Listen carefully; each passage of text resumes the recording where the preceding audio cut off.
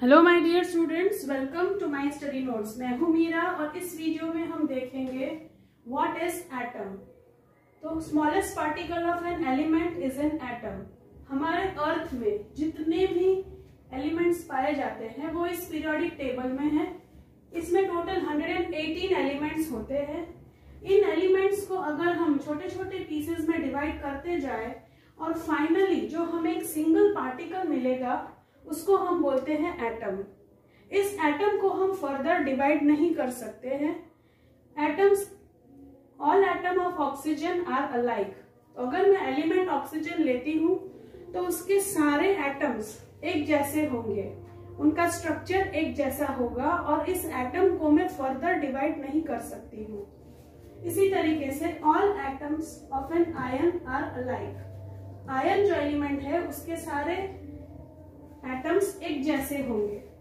और सबसे बड़ी बात यह है कि the physical and chemical property of matter depends on the atom. इसका मतलब जो भी एलिमेंट है उसका स्टेट क्या होगा, वो कैसे केमिकली रिएक्ट करेगा, वो सब उसके एटम के स्ट्रक्चर पे डिपेंड होता है। तो अभी हम देखते हैं नेक्स्ट कि उनका स्ट्रक्चर कैसा होता है। तो एटम का स्ट्रक्चर में 2 पार्ट्स होते हैं, न्यूक्लियस और ऑर्बिट।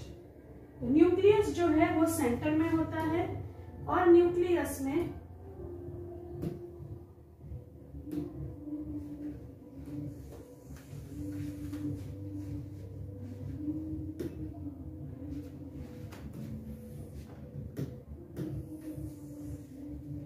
इस तरीके से न्यूक्लियस होता है और न्यूक्लियस में प्रोटॉन्स और न्यूट्रॉन्स होते हैं। तो यहाँ पे आप हाइड्रोजन एटम देख सकते हो। इस हाइड्रोजन एटम में बीच में जो है वो न्यूक्लियस है और इस न्यूक्लियस के अंदर प्रोटॉन्स और न्यूट्रॉन्स होते हैं। अब न्यूक्लियस के अंदर जो है पार्टिकल्स वो केमिकल रिएक्शन में पार्ट नहीं लेते हैं।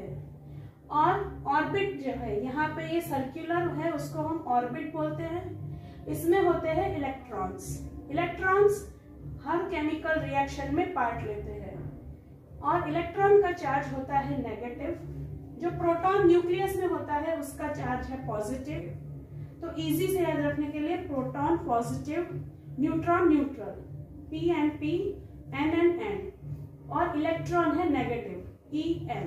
इस तरीके से आप इजीली इसको याद रख सकते हो। अब इस एटॉमिक स्ट्रक्चर में हम देखेंगे, अगर मैं और एक इलेक्ट्रॉन ऐड कर देती हूँ तो क्या हो जाता है। यहाँ पे 2 इलेक्ट्रॉन्स जो है वो होते हैं। इस तरीके से अगर मैं इसको बताऊं आपको तो ये इलेक्ट्रॉन जो है वो ऑर्बिट में इस तरीके से रोटेट करते रहते हैं। हाइड्रोजन में 1 इलेक्ट्रॉन था, हीलियम में 2 इलेक्ट्रॉन्स है। अभी हम आगे देखते हैं इलेक्ट्रॉन्स। तो यहाँ पे आप देखोगे तो नेक्स्ट एलिमेंट जो है हमारा वो है लिथियम।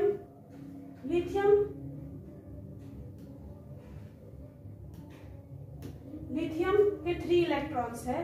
तो फर्स्ट ऑर्बिट में सिर्फ 2 इलेक्ट्रॉन्स रहते हैं और नेक्स्ट जो इलेक्ट्रॉन है, थर्ड इलेक्ट्रॉन, वो सेकेंड ऑर्बिट में चला जाता है।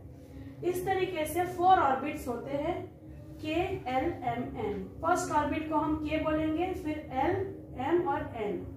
तो जैसे जैसे एटॉमिक नंबर बढ़ता जाता है उसका ऑर्बिट्स इसमें ऐड होते जाते हैं।